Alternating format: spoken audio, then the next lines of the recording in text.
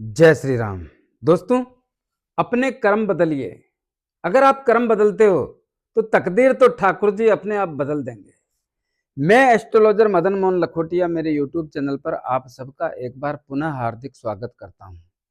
आज बात करेंगे मिथुन राशि के बारे में। मिथुन राशि मैंने लिखा है जनवरी 2026, 1 जनवरी 26 से 31 जनवरी 2026 तक किस किस पे बात करेंगे। धन, पैतृक संपत्ति, रिश्ते, परिवार, जायदाद, शिक्षा, संतान, लव एंड रिलेशन, शेयर बाजार, कर्ज, रोग, शत्रु, भय, पुलिस केस, अदालती मामले, दाम्पत्य जीवन, व्यापार, विवाह योग, भाग्य, नौकरी, राजनीति, लाभ, विदेश और खर्च, सब पे बात करेंगे। मेरे मोबाइल नंबर 9829911500। चंद्र कुंडली के अनुसार जिन लोगों की राशि मिथुन बनती है उन लोगों को यह वीडियो समर्पित करता हूं। दोस्तों, मिथुन राशि के लोगों, जनवरी 2026 का महीना और आपके लगन में देवगुरु बृहस्पति इस समय बैठे रहेंगे। देवगुरु बृहस्पति बहुत बड़े ग्रह होते हैं और इनके बैठने से आपका मान सम्मान, प्रतिष्ठा, सोचने समझने की स्थितियां, ये सब कुछ मजबूत रहती है। दूसरा भाव होता है धन का। दूसरे भाव के स्वामी चंद्रदेव हैं। चंद्रदेव 2.25 दिन में घर बदल लेते हैं, लेकिन इस भाव पर किसी भी पाप ग्रह की दृष्टि नहीं पड़ने के कारण इस भाव की स्थितियां पहले से मजबूत चल रही है। फिर भी 15 जनवरी 2026 को मंगलदेव आपकी कुंडली के अष्टम भाव में आएंगे। पहली बात, मंगलदेव की उच्च राशि है अष्टम भाव में मकर राशि, लेकिन अष्टम भाव ठीक नहीं होता है। यहां पर मंगलदेव के आने से और मंगलदेव की यहां पर नीच राशि पर सप्तम दृष्टि पड़ने से, सप्तम दृष्टि से इस भाव को यानी कुंडली के दूसरे धन के भाव को मंगलदेव की नीच राशि होने के कारण मंगलदेव कहीं ना कहीं तकलीफजनक स्थिति का संकेत प्रदान करते हैं, जिससे क्या होगा, इस समय में किसी को भी भूल करके पैसा उधार देने से बचने का प्रयास करना चाहिए। जो आपके सोर्स ऑफ इनकम है यानी आय के साधन है, उन पर विशेष ध्यान देने की आवश्यकता पर जोर देता हूं। इस समय में धन जमा होने में थोड़ी तकलीफें रहेगी, तो उस बात से चिंतित ना हो, लेकिन जो है उसको संभाल कर रखने का प्रयास करें, तो आपके लिए यह सबसे बड़ी उपलब्धि के संकेत देखने को मिलते हैं। और क्या हो सकता है, कुटुंब और परिवार के लोगों से मतभेद और मनभेद पैदा होने की स्थिति का आभास होता है। यह किसी भी प्रकार में मतभेद और मनभेद पैदा करके दूरियां बढ़ाने के सिम्टम्स पैदा नहीं होने दें, आपके लिए बेहतर रहेगा। और कुछ लोगों के गर्दन के ऊपर के हिस्सों में तकलीफजनक स्थिति का आभास के संकेत भी देखने को मिलते हैं, और इसमें थोड़ा सा भी ध्यान रखेंगे तो आपके लिए बहुत बड़ी उपलब्धि के संकेत देखने को मिलते हैं। ठीक इसी प्रकार कुंडली का तीसरा भाव किसका है? छोटे भाई बहनों का, मित्र लोगों का और रिश्तेदारों का। दोस्तों, इस भाव की स्थितियां तो ऑलरेडी बहुत खराब और कमजोर है, यानी छोटे भाई बहनों से रिश्ते नहीं है, मित्र लोगों से रिश्ते नहीं है, और रिश्तेदारों से भी लंबे समय से संबंध कमजोर देखने को मिल रहे हैं, और इसमें सुधार के संकेत भी देखने को नहीं मिल रहे हैं। इस बात का ध्यान रखें। कुंडली का चौथा भाव के स्वामी है बुधदेव, और आपकी राशि के स्वामी भी बुधदेव हैं। बुधदेव 17 जनवरी 2026 को कुंडली के अष्टम भाव में चले जाएंगे। अष्टम भाव ठीक नहीं होता है। देखिए, अष्टम भाव 6वां, 8वां, 12वां तीनों ही भाव ठीक नहीं होते हैं। तो अष्टम भाव में बुधदेव के जाने से चौथे भाव की स्थितियां थोड़ा कमजोर हो जाएगी, लेकिन फिर भी चौथे भाव पर शनिदेव की दृष्टि पड़ने के कारण और मित्र ग्रह बुधदेव का घर होने के कारण कुछ सहयोग शनिदेव करेंगे। तो क्या हो सकता है? देखिए, इस भाव की स्थितियां कहीं ना कहीं इतनी महत्वपूर्ण नहीं रहेगी, लेकिन फिर भी शनिदेव के सहयोग से आपको कुछ करना जरूरी है। अगर जरूरी नहीं है तो टालने का प्रयास करें, अगर जरूरी है तो बहुत सावधानी के साथ में करने का प्रयास करें। क्या? परिवार में जो प्रेम है, जो वातावरण सुधरा हुआ है, उसको बनाकर रखने का प्रयास करें। दूसरा, खुशियां जो बनी हुई है उसको कमजोर ना होने दें। ऐसा क्यों बोल रहा हूं? क्योंकि इस भाव के स्वामी अष्टम भाव में जाएंगे, अष्टम भाव ठीक नहीं होता है। माता की सेहत का, माता से संबंधों को बनाकर रखने का प्रयास करें। जायदाद लेना है, बेचना है, अति जरूरी है तो ही करें, फिलहाल टालने का प्रयास करें तो आपके लिए बेहतर रहेगा। वाहन सुख की प्राप्ति, अगर कोई नया वाहन लाना है, जरूरी है तो ही लाएं, अन्यथा इस समय टालने का प्रयास करें तो आपके लिए बेहतर रहेगा। ठीक इसी प्रकार कुंडली का पंचम भाव, पंचम भाव के स्वामी शुक्रदेव होते हैं और पंचम भाव पर, पंचम भाव होता किसका है? पंचम भाव होता है शिक्षा का, संतान का, लव एंड रिलेशन का, अचानक धन प्राप्ति का और शेयर मार्केट का। दोस्तों, पंचम भाव के परिणाम के कारण मिथुन राशि के लोग कल भी चिंतित थे, आज भी चिंतित हैं और जनवरी 2026 में भी चिंतित होने की स्थिति का ही संकेत देखने को मिलता है। ऐसा क्यों? पहली बात, 13 जनवरी 26 को शुक्रदेव भी आपकी कुंडली के अष्टम भाव में चले जाएंगे। अष्टम भाव ठीक नहीं होता है। दूसरी बात, पंचम भाव पर राहुदेव की नवम दृष्टि पड़ रही है। नवम दृष्टि राहुदेव की क्यों पड़ रही है? क्योंकि भाग्य भाव में बैठ के यहां पर नवम दृष्टि डाल रहे हैं, जिससे क्या होता है? जिससे राहुदेव पाप ग्रह होने के कारण, पाप ग्रह, क्रूर ग्रह, छलिया ग्रह, मति भ्रमित करके परिणाम बदलने वाला ग्रह होने के कारण पंचम भाव में दखल करके इसके परिणामों में तनाव पैदा करते हैं। लेकिन एक प्लस पॉइंट भी है। क्या है? देवगुरु बृहस्पति की पंचम दृष्टि इस भाव पर पड़ने के कारण देवगुरु बृहस्पति जितना सहयोग कर सकते हैं उतना कर रहे हैं। अब ये बात कहां से आ गई? देवगुरु बृहस्पति जितना सहयोग कर सकते हैं, उसका भी एक कारण है। क्या है? ये शुक्रदेव का घर है और शुक्रदेव और देवगुरु बृहस्पति एक दूसरे के विपरीत हैं। हालांकि दोनों गुरु हैं, दोनों देने का काम करते हैं, लेकिन शुक्रदेव राक्षस गुरु हैं, जबकि देवगुरु बृहस्पति इन सितारों के गुरु हैं, जिसके कारण देवगुरु बृहस्पति का काम है देना। जितना दे सकते हैं देने का प्रयास कर रहे हैं। तो क्या करना चाहिए? संतान की चिंता कल भी थी, आज भी है और जनवरी 2026 में भी रहेगी। संतान की चिंता या संतान के कारण चिंता जैसी स्थिति का आभास होता है। हां, पहले के बजाय कम है, लेकिन चिंता तो है। शिक्षा के क्षेत्र में सावधानी रखने की आवश्यकता पर जोर देता हूं। किसी भी प्रकार से लापरवाही ना करें तो आपके लिए बेहतर रहेगा। जिन लोगों को संतान चाहिए उनको भी सावधानी रखने की आवश्यकता पर जोर देता हूं। लव एंड रिलेशन की स्थितियां मजबूत होने के संकेत में संदेहजनक स्थिति का आभास होता है। ऐसा क्यों? क्योंकि राहुदेव मति भ्रमित करके परिणाम बदलने का काम करते हैं, जिसके कारण संबंधों में ज्यादा देर मामला फिट नहीं रहता है। अचानक धन आने भी राहुदेव करवा देते हैं और शेयर मार्केट से भी लाभदायक स्थिति का आभास नहीं होने देते। कुंडली का छठा भाव, छठे भाव के स्वामी है मंगलदेव और मंगलदेव इस समय अष्टम भाव में रहेंगे, लेकिन फिर भी छठे भाव के स्वामी होने के कारण और अष्टम भाव में उच्च राशि में बैठने के कारण छठे भाव के परिणाम कमजोर नहीं होंगे। छठा भाव किसका है? ऋण, रोग, शत्रु, भय, पुलिस केस, अदालती मामले, मन में भय लगना, षड्यंत्रकारी लोगों का शिकार होना।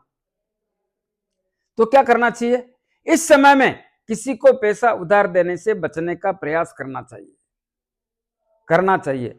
अष्टम भाव में बैठने से रोगों का थोड़ा ध्यान रखने की आवश्यकता पर जोर देता हूं। और वैसे भी जनवरी में 4 ग्रह अष्टम भाव में बैठेंगे तो थोड़ा स्वास्थ्य के प्रति सावधानी और सतर्क रहने की आवश्यकता पर जोर देता हूं। तो वैसे तो स्थिति काफी लंबे समय से यहां पर बढ़िया ही है, लेकिन इस भाव के स्वामी अष्टम भाव में आने के कारण थोड़ी सावधानी रखने की आवश्यकता पर जोर देता हूं। कोर्ट कचहरी के मामले में लापरवाही ना करें, अदालती मामले में लापरवाही ना करें। अगर आप प्रयास करोगे तो दोस्तों आपके कोर्ट कचहरी के मामले निपटने जैसी स्थिति का संकेत बनने के योग भी बने हुए हैं। जरूरी नहीं है आप अभी तैयारी करें, जरूरी यह है कि उनको निपटाने की भावना मन में पैदा करें। तो यह समय 2026 का काफी समय आपका साथ देगा, जिससे आपको बहुत बड़ी राहत के संकेत भी देखने को मिल सकते हैं। कुंडली का सप्तम भाव किसका होता है? व्यापार और दाम्पत्य जीवन और विवाह शादी संबंध का। दोस्तों सप्तम भाव की स्थिति बहुत अच्छी, ताकतवर और मजबूत बनी हुई है। किसने बनाई? देवगुरु बृहस्पति ने। क्यों बनाई? क्योंकि इस भाव के स्वामी है। इस भाव के स्वामी होने के कारण अपने घर की इज्जत बना करके आपको बहुत कुछ देने का काम कर रहे हैं। क्या दे सकते हैं? जो लोग अविवाहित है, जिनका विवाह शादी संबंध करना है, उनके लिए बहुत बड़े मजबूत अवसर हैं विवाह शादी संबंध करने के। इस समय में लड़का है तो लड़की अच्छी मिलेगी और लड़की है तो लड़का बहुत अच्छा मिलेगा। ऐसे सिम्टम्स भी देखने को मिलते हैं, लेकिन प्रयास करने से मिलेगा। प्रयास करें तो बढ़िया रहेगा। दूसरा, आपके व्यापार की स्थितियां बहुत बेहतर और मजबूत बनी हुई है। अगर आप प्रयास करोगे तो आपके व्यापार की दशा और दिशा दोनों बदल जाएगी। व्यापार का विस्तार हो सकता है, व्यापार में अच्छी स्थिति बन सकती है, पार्टनरशिप का व्यापार हो सकता है, एक से अधिक व्यापार कर सकते हैं, नया व्यापार कर सकते हैं, व्यापार के कारण ख्याति प्राप्त कर सकते हैं। ऐसी स्थितियों का भी देखने को मिलता है। दाम्पत्य जीवन की स्थितियां बहुत बढ़िया है। आपके जीवन साथी से बहुत बड़ा लगाव और प्रेम संबंधों की स्थापना होगी। दाम्पत्य जीवन में स्थितियां बढ़िया होगी। तमाम अवरोध दूर होकर के बहुत अच्छी स्थिति का संकेत मिलता है। जिन लोगों के जीवन साथी का स्वास्थ्य खराब या कमजोर, वो भी ठीक होने के संकेत देखने को मिलते हैं। यहां पर रोगों का ध्यान रखें। रोगों का ध्यान रखोगे तो आपके लिए बेहतर रहेगा। भाग्य का साथ रुक रुक के मिल रहा है, भाग्य इतना मजबूत नहीं है। ऐसा क्यों? क्योंकि यहां राहुदेव बैठे हैं, जो क्या हो सकता है? राहुदेव पाप ग्रह, क्रूर ग्रह, छलिया ग्रह, मति भ्रमित करके परिणाम बदलने वाला ग्रह होने के कारण, आपके भाग्य में बैठने के कारण भाग्य को रुक रुक करके चलाने का काम करेंगे। ऐसा क्यों? क्योंकि यहां शनिदेव का घर है, इसलिए रुक रुक करके चलाएंगे। दूसरों का घर होता तो फिर सोचना पड़ता। शनिदेव इनके मित्र हैं, इसलिए इस गति से चलेंगे। तो प्रयास करें, समय का ध्यान रखें, तो भाग्य का लाभ भी आप ले सकते हैं, लेकिन टुकड़ों में मिलेगा, लगातार नहीं मिलेगा। कर्म और कैरियर के भाव के स्वामी देवगुरु बृहस्पति है, लेकिन इस भाव में शनिदेव बैठे हैं। क्यों बैठे हैं शनिदेव? देखिए, सिस्टम के अनुसार ग्रहों को चलना पड़ता है और उसी अनुसार यहां पर शनिदेव बैठे हैं। तो शनिदेव क्या कर रहे हैं? शनिदेव आपके नौकरी के क्षेत्र में मति भ्रमित करने का काम करते हैं, चाहत पैदा करते हैं, ज्यादा चाहिए, ऐसी स्थितियों का निर्माण करते हैं। जिससे क्या होता है? जिससे आपके मन में एक ललक पैदा होती है। मैं सब कुछ जानता हूं, मेरे को सब कुछ आता है, फिर भी मेरी वैल्यू नहीं है, फिर भी मेरी तनख्वाह नहीं बढ़ रही है, फिर भी मेरे को प्रमोशन नहीं मिल रहा है। ऐसी स्थितियों का निर्माण करते हैं। नौकरी प्राइवेट हो या सरकारी, उससे कोई फर्क नहीं पड़ता। जो शनिदेव कर रहे हैं सबके लिए एक समान दृष्टि से करते हैं। और वैसे भी शनिदेव को न्याय के देवता कहा गया है, तो शनिदेव किसी के साथ में भेदभाव नहीं करते। जिससे क्या होता है? जिससे आपका मन करता है स्थान परिवर्तन कर लें, नौकरी बदल लें। क्यों? क्योंकि नौकरी के क्षेत्र में आप पे काम का दबाव और काम का तनाव रहता है। आपके बॉस लोगों से आपके संबंध ठीक नहीं रहते हैं। साथ में काम करने वाले लोगों से आपके संबंध ठीक नहीं रहते हैं। आपको ऐसा लगता है ये लोग मेरे साथ राजनीति कर रहे हैं। ऐसी स्थितियों का निर्माण शनिदेव करते हैं। ना प्रमोशन, ना ट्रांसफर, ना मनपसंद जगह, काम का दबाव, काम से तनाव जैसी स्थितियों का निर्माण हो रखा है। तो क्या करना चाहिए दोस्तों, इस समय में कुछ मिले ना मिले, लेकिन अपने माइंड को, अपनी मति को ठीक रख करके काम करने का प्रयास करना चाहिए। मन में अस्थिरता पैदा करने से बचने का प्रयास करना चाहिए, तो आपके लिए बेहतर रहेगा। दोस्तों, समय आने पे सब सुधर जाएगा, लेकिन अभी अपने आप को परेशान करने से कोई हल नहीं निकलेगा। जो लोग राजनीति करते हैं उन लोगों को भी निवेदन करना चाहूंगा, अपने कार्य क्षेत्र पर विशेष सावधानी के साथ काम करें तो आपके लिए बेहतर रहेगा। जल्दबाजी में किसी भी प्रकार का निर्णय लेने से बचने का प्रयास करना चाहिए। ठीक इसी प्रकार जिन लोगों के सरकारी काम अटके हुए हैं, अभी होने में संदेहजनक स्थिति का आभास होता है, अपने पिता का ध्यान रखें, पिता से संबंध बना के रखें, पिता की सेहत का ध्यान रखें। पिता के व्यापार में नुकसानदायक स्थिति का आभास हो सकता है। कुंडली का 11वां एकादश लाभ भाव किसका होता है? एकादश लाभ भाव होता है लाभ का, और इस भाव में मंगलदेव की राशि है, और मंगलदेव आपकी कुंडली के अष्टम भाव में बैठेंगे। अष्टम भाव में बैठने के कारण यहां से चौथी दृष्टि 1 2 3 4 कुंडली के एकादश लाभ भाव पर डालेंगे। अपनी ही राशि होने के कारण मिथुन राशि के लोगों को लाभ में वृद्धि करेंगे, और इस बात में संदेह नहीं है, लाभ में तो वृद्धि होना ही पड़ेगा। यहां पर भी गड़ा हुआ धन मिल सकता है, रुका हुआ धन मिल सकता है, कैसे भी धन की प्राप्ति हो सकती है, ससुराल पक्ष से धन मिल सकता है, लेकिन यहां पर भी लाभ की स्थिति को मजबूत करने का काम करते हैं। लाभ तो आएगा आएगा, इसमें संदेह नहीं है।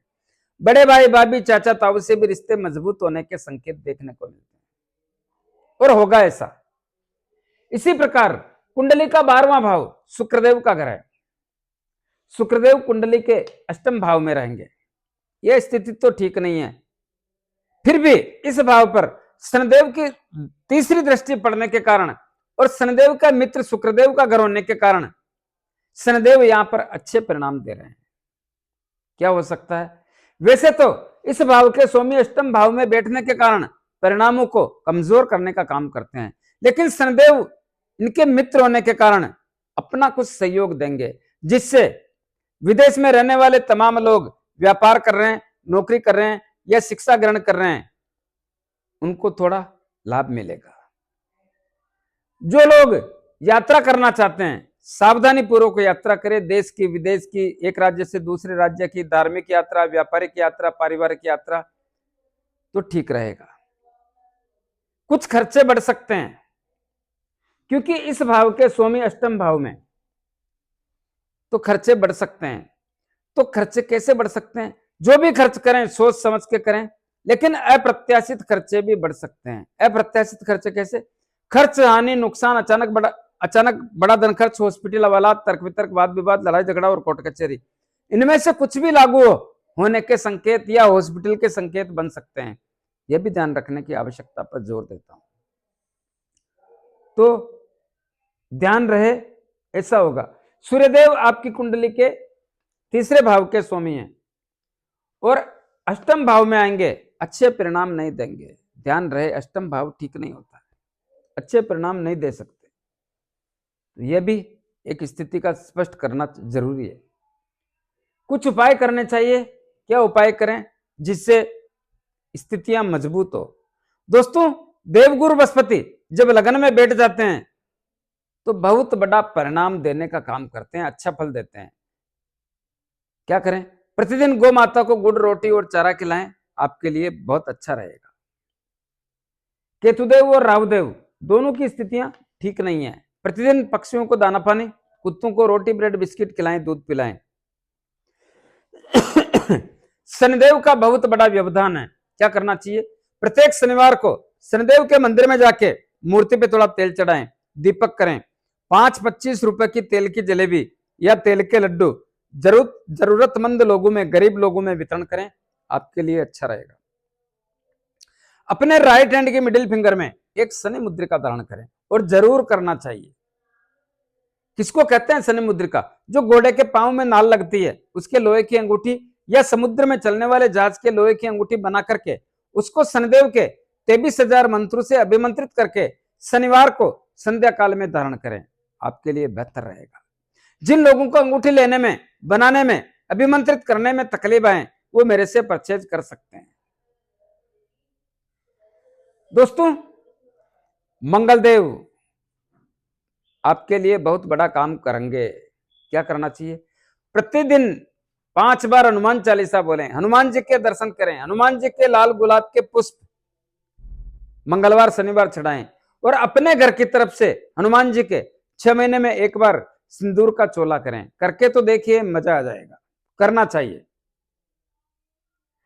तो कैसा लगा मेरा वीडियो? ज्यादा से ज्यादा लोगों में भेजें, लाइक अनलाइक जो भी करना है करें, कमेंट्स अवश्य दें, और सब्सक्राइबर्स करने की कृपा करें। धन्यवाद।